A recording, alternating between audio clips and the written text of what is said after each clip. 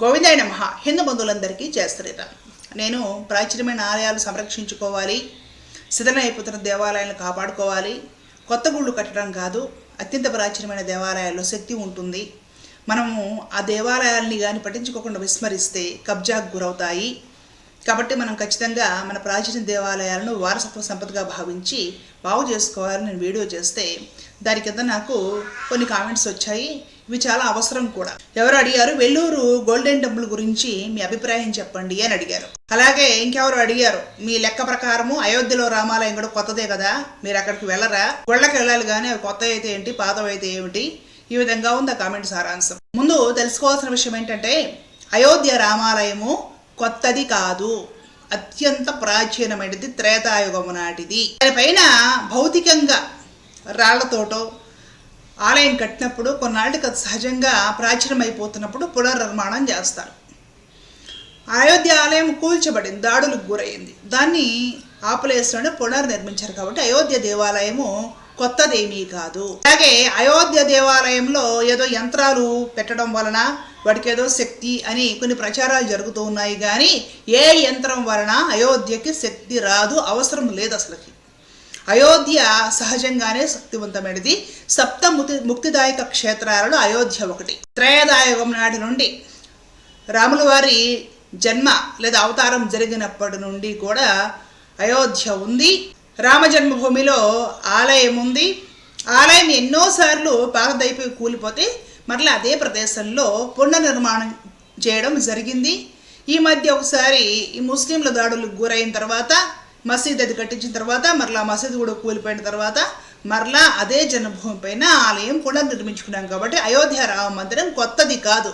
కొత్తగా ప్రాచీనమైన దేవాలయం లేదు కాబట్టి కట్టబడిందే కానీ కొత్త గుడి కింద మనం తీసుకోకూడదు అన్న విషయాన్ని కాస్త విఘ్నులు గమనించాలి. కొత్త గుళ్ళు అంటే ఏంటంటే, ఎక్కడ పడితే అక్కడ ఒక కమిటీలు ఏర్పడిపోయి మా క్యాస్ట్ గుడి, మా కాలనీ గుడి, మా వీధి గుడి, మా కమ్యూనిటీ వరకు గుడి, మా అపార్ట్మెంట్ వరకు గుడి అని చిన్న చిన్న స్థలాల్లో కూడా ఖాళీ ఉంటుంది. పక్కన కారు పార్కింగ్ ఉంటుంది, కారు పార్కింగ్ కానుకొని వినాయకుడి గుడి ఉంటుంది. ఆ గుడి ముందు అపార్ట్మెంట్ లేడీస్ నైటీలు వేసుకొని చెప్పులు వేసుకొని అక్కడే కూరగాయలు కొనుక్కుంటూ కబుర్లో చెప్పుకుంటూ కాలక్షేపం చేస్తూ ఉండటం మనకు కనపడుతూ ఉంటుంది. కొత్త గుళ్ళు అంటే అవి ఎక్కడ పడితే అక్కడ కాస్త స్థలం ఉంటే చాలు కట్టిపడేయడం, వాటిని కొత్త గుళ్ళు అంటాను నేను. అయోధ్య రామ మందిరము కొత్త గుళ్ళ లిస్టులోకి రాదు. అయోధ్య రామ జన్మభూమిలో విశేషమైన శక్తి ఉంది.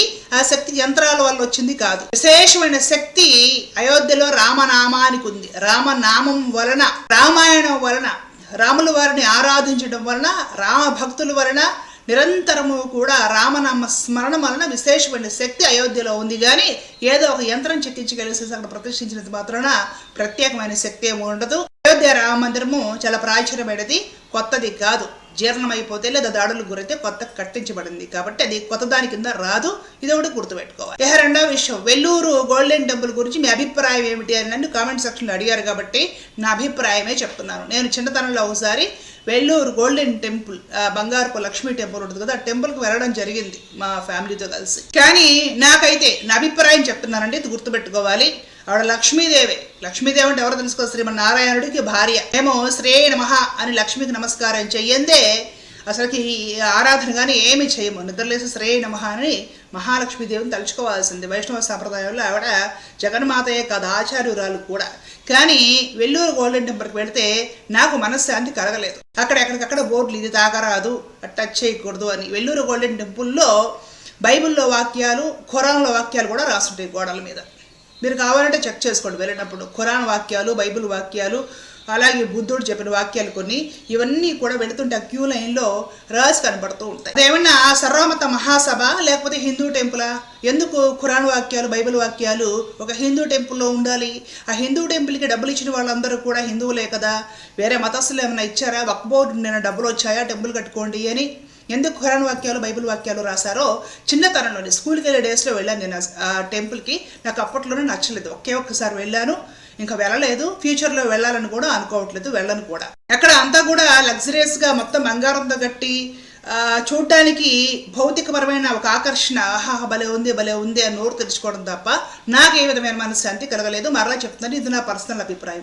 నాకు ఏ విధమైన మనశ్శాంతి ఆ టెంపుల్లో కలగలేదు. అక్కడెక్కడా కూడా కాస్త ప్రశాంతంగా కూర్చోడానికి లేదు. చెప్పులు పెట్టే దగ్గర నుంచి మొత్తం అంతా కూడా ఏదో వీళ్ళు గతి లేకుండా వచ్చారు అన్నట్లుగా ఒక విధమైన వ్యవహారము, మర్యాద లేకుండా వ్యవహరించడం, ఇవన్నీ కూడా నేను చూడటం జరిగింది. మరి ఇప్పుడు పరిస్థితి మారిందో లేదో నాకు తెలియదు. నేను చిన్నతనంలో చూశాను. నా వరకైతే నాకు వెల్లూరు గోల్డెన్ టెంపుల్లో ఏ మనశ్శాంతి కలగలేదు. మన ఊర్లో అయినా సరే ఏదో పాత అమ్మవారి గుడి ఉంటాయి, ఆ గుడి బయట వేప చెట్టు, రావి చెట్లు అవన్నీ ఉంటాయి కదా, ఆడ కూర్చున్నప్పుడు ప్రశాంతంగా ఆడ కూర్చొని మన వాళ్ళు ఎవరితోడైనా మాట్లాడుకుంటున్నప్పుడు కలిగే ఆనందము, కలిగే మనశ్శాంతి, ఆ పవిత్రమైన గాలి, ఆ వాతావరణము, మన పాత అమ్మవారి గుడి, ఆ ఆనందం నాకు ఎక్కడ దొరకలేదు. అట్టహాసము, హంగులు, ఆర్భాటాలు తప్ప గ్రామాల్లో ఉండే పాత కోవెలలు, ఆ కోవెలల దగ్గర పెద్ద మహావృక్షాలు, దేవతా వృక్షాలు, అక్కడ మనం కాసేపు కూర్చొని అక్కడ కలిగే మనశ్శాంతి, అక్కడ కలిగే ప్రశాంతత, అక్కడ కలిగే అనిర్వచనీయమైన ఆనందము, హాయి నేను అంగరంగ వైభవంగా కట్టించిన గుళ్ళలో అనుభవించలేదు. అంగరంగ వైభవంగా కట్టించిన ఇటీవల కాలంలో ఈ గుళ్ళల్లో మనం సెల్ఫీలు తీసుకోవడానికి, వీడియోలు తీసుకోవడానికి బాగుంటాయి. కానీ నా వరకు నన్ను వ్యక్తిగతంగా అభిప్రాయం అడిగారు కాబట్టి చెప్తున్నా, ప్రాచీనమైన దేవాలయాలు, గ్రామాల్లో ఉండే పురాతనమైన గుళ్ళల్లోనూ, చిన్న చిన్న గుట్టల మీద, కొండల మీద ఉండే ప్రాచీనమైన దేవాలయాల్లో కలిగే ఆనందము, ఆ అనుభూతి, ఆ ప్రశాంతమైన వాతావరణము ఎక్కడా దొరకదు. ఇది నా అభిప్రాయం మాత్రమే, గుర్తుపెట్టుకోవాలి. అలాగే మీరు ఎవరైనా పెద్దలు అడిగి తెలుసుకోండి, దేవాలయాలు ఎందుకు ఏర్పాటు చేశారో తెలుసా? అక్కడ ఏవో శక్తివంతమైన యంత్రాలు ఉన్నాయని, అక్కడేవో విశేషమైన శరాలతో విగ్రహాలు తయారు చేశారని, అక్కడ ప్రతిరోజు శక్తివంతమైన పూజలు జరుగుతాయని, అందుకోసం కాదండి. దేవాలయానికి వెళ్ళినప్పుడు ప్రశాంతంగా దేవాలయం కోనేటిలో లేదా నదీ తీరాల దేవాలయం ఉన్నప్పుడు నదుల్లోనూ ముందు స్నానం చేయాలి. ఆ తర్వాత చక్కగా సాంప్రదాయ వస్త్రాలు ధరించాలి. వారి సాంప్రదాయాలను అనుసరించి తిలకధారణ చేయాలి. సరే ఈ రోజుల్లో స్నానం అది కుదరకుండా కాస్త ఇంట్లో చేసి పెడుతున్నా సరే, అక్కడ వెళ్ళి కుదిరితే దేవాలయం చుట్టూ 1, 2, 3 ప్రదక్షిణలు చేసి ప్రశాంతంగా భగవద్ దర్శనం చేసుకొని, దీపారాధన చేసే వీలు ఉంటే, మనకి శ్రద్ధ ఉంటే ఎక్కడ చేయమని చెప్పారో అక్కడ ఒక దీపం పెట్టుకొని కాసేపు ప్రశాంతంగా విశాలమైన దేవాలయ ప్రాంగణంలో కూర్చొని, అక్కడ కూడా బాతాకాణీలు కొట్టకుండా, ఫోన్లు చూసుకోకుండా ప్రశాంతంగా భగవంతుడిని కాసేపు ధ్యానించాలి. ఆ దేవాలయాలకు వచ్చిపోయే భక్తులు కానివ్వండి, ప్రాచీనమైన ఆలయము, దాంట్లో స్తంభాలు, శిల్పాలు, గోపురాలు అవన్నీ కాసేపు చూసుకుంటూ, ఆ సందడి అంతా కాసేపు కళ్ళు మూసుకుని ప్రశాంతంగా దైవాన్ని ధ్యానించుకుంటూ ఆధ్యాత్మిక అనుభూతి పొంది, తద్వారా వచ్చిన కొత్త ఉత్సాహంతో దైనందిన జీవితంలో, ధర్మ మార్గంలో చక్కగా ఉత్సాహవంతంగా పనులు చేసుకోవడానికి ఒక విధమైన ఎనర్జీ ఇస్తుంది దేవాలయం అనేది. అందుకు దేవాలయాలకు వెళ్ళాలి. గబా క్యూ లైన్లో దూరిపోయి హడావిడిగా మా అభిషేకం టైం ఎప్పుడు వస్తుందో, మా తులసి అర్చన టైం ఎప్పుడు వస్తుందో, షో టైం అయిపోతుంది, గబగబా ఏం చేసుకొని గబగబా దక్షిణలు వచ్చేసి గబగబా పరుగులు పెట్టుకుంటూ వచ్చేసి, నా వరకు నాకు ఇలాంటివి నేను ఇష్టపడను. ఇది నా అభిప్రాయం మాత్రమే. నేను గుడికి వెళ్ళానంటే ప్రశాంతంగా కాసేపు దైవ సన్నిధిలో కూర్చొని, దైవ సన్నిధిలో ఎవరైనా భక్తులు పరిచయం అయితే వారితో కాసేపు భాగవత్ సత్సంగం చేసి ప్రశాంతంగా అక్కడ ఆధ్యాత్మిక వాతావరణాన్ని అనుభవించి భగవాన్ నామస్మరణ చేసుకుంటూ కాసేపు చూసి తృప్తిగా ఇంటికి వచ్చేస్తాను. నేనైతే దేవాలయాలకు అందుకే వెళతాను. ఏదో విశేషమైన పూజలను, నాకు విశేషమైన ఫలితాలు వస్తాయనో, తద్వారా నా కష్టాలు తీరుతాయనో, ఇది నా అభిప్రాయమే సుమండి. ఈ విషయంగా నేను దేవాలయాలను కానీ దైవాన్ని కానీ అసలు చూడను. భగవద్గీత నాకు అలవాటు చేయలేదు. తల్లి ఒడలో కూర్చుని బిడ్డ భారం మొత్తం తల్లిదే. వాడు ప్రహిదానికి తల్లిని అడగడు, ప్రహిదానికి భయపడ్డాడు. తల్లి ఒడిలో ఉన్నవాడికి ఇంక భయమేముంటుంది.